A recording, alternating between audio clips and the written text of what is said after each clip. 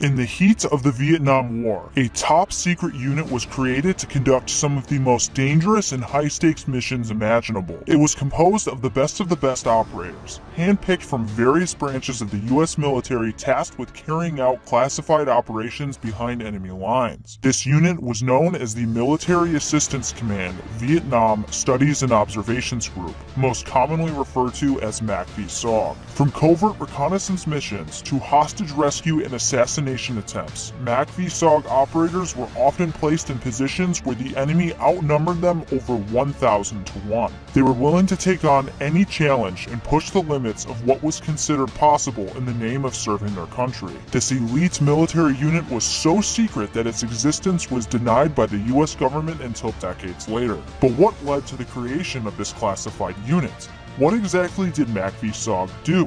What impact did it have on the Vietnam War? And how much influence did this unit have on the future of special operations? We're going to answer all of those questions for you, and much more. Join us as we dive into one of the most secretive units of the Vietnam War, MACV-SOG. Following World War II, France had tried to re-establish its colonial rule in Vietnam, but it wasn't easy. Conflict ensued, and in 1955, France was forced to pull out of Vietnam after its defeat in the French Indochina War. The Geneva Conference split Vietnam along the 17th parallel, with the Communists ruling in the north and the anti-Communists controlling the south. Not only was Vietnam split in two on the map, but so was its population. Some were in favor of communist rule, and some were in favor of the Western way of life. With armed conflict and tensions rising between North and South Vietnam, the United States feared that South Vietnam would fall to the communists. Working under the domino theory, which held that if one country fell to communism, others would follow, President Kennedy increased U.S. aid and presence in Vietnam, but stopped short of committing to a large-scale military intervention. Green Berets were sent into Vietnam to aid the local forces while keeping a low radar on their presence in the country. However, tensions continued to rise. After JFK's assassination in late 1963, President Lyndon B. Johnson was now at the helm. With the ensuing political instability in South Vietnam, things reached a tipping point with the Gulf of Tonkin incident, and Johnson would launch a full-scale assault. The US military was struggling to gain a foothold against the Viet Cong and North Vietnamese army, who were using guerrilla tactics in the dense jungle terrain to their advantage. In addition to their conventional tactics, the US military countered their enemies by conducting operations deep behind enemy lines using small teams of highly trained operatives. These operations were initially conducted by various special operations units, such as the Green Berets and Navy SEALs, but it soon became clear that a more coordinated effort was needed. On January 24, 1964, an elite team of the US military special operations best of the best was formed. We're talking Navy SEALs, Green Berets, Army Rangers, Force Recon Marines, and even CIA operatives, all working in tandem. This elite classified unit would be known as MACV-SOG.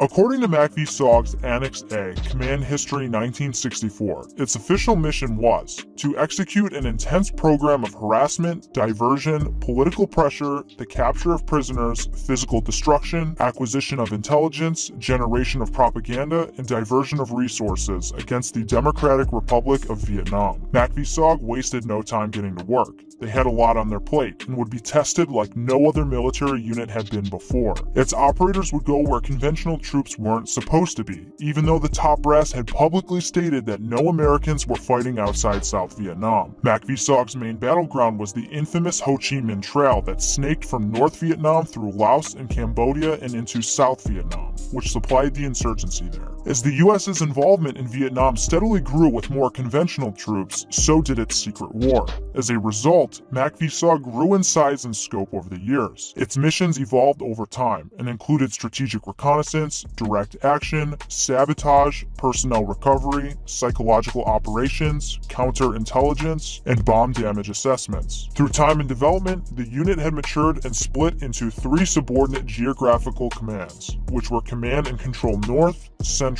and South. Each of these sites operated independently and were organized based on their unique ground tactical situation.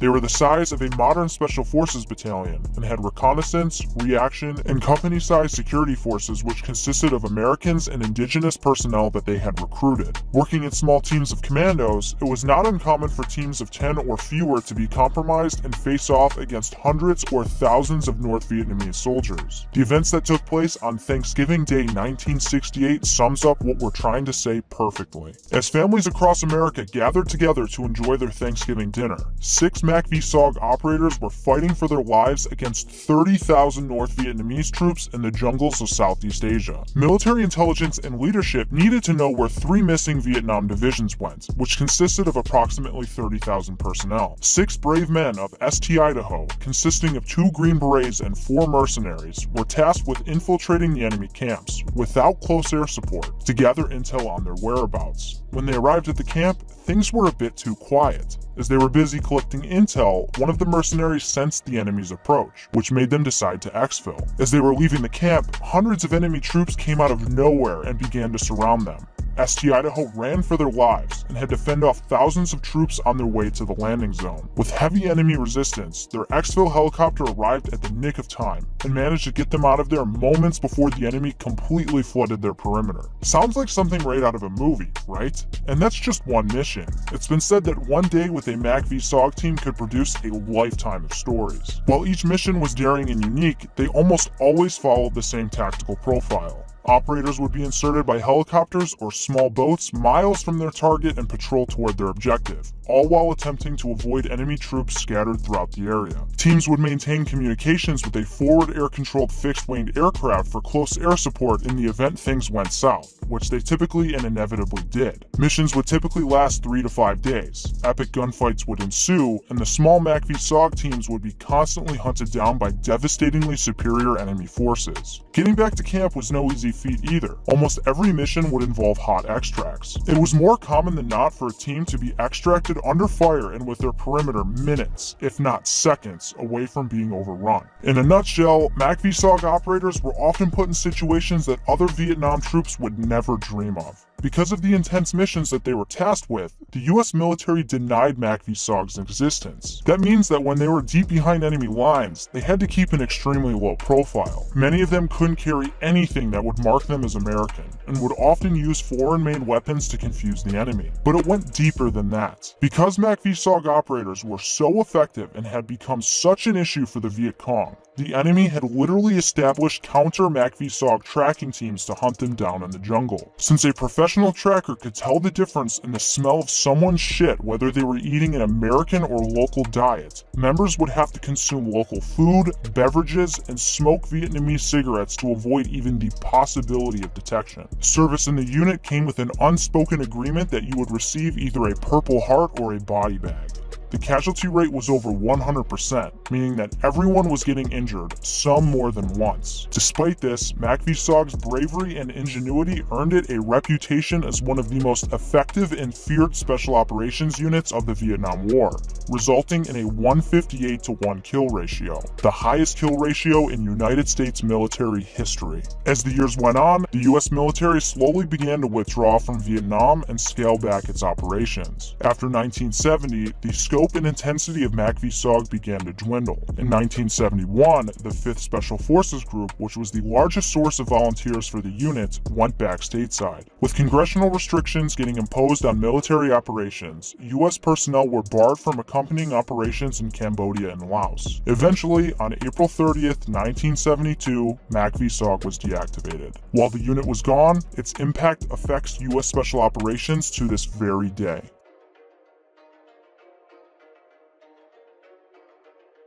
It wasn't until decades later that the US military officially recognized MACV-SOG and all the great work it had done in the Vietnam War.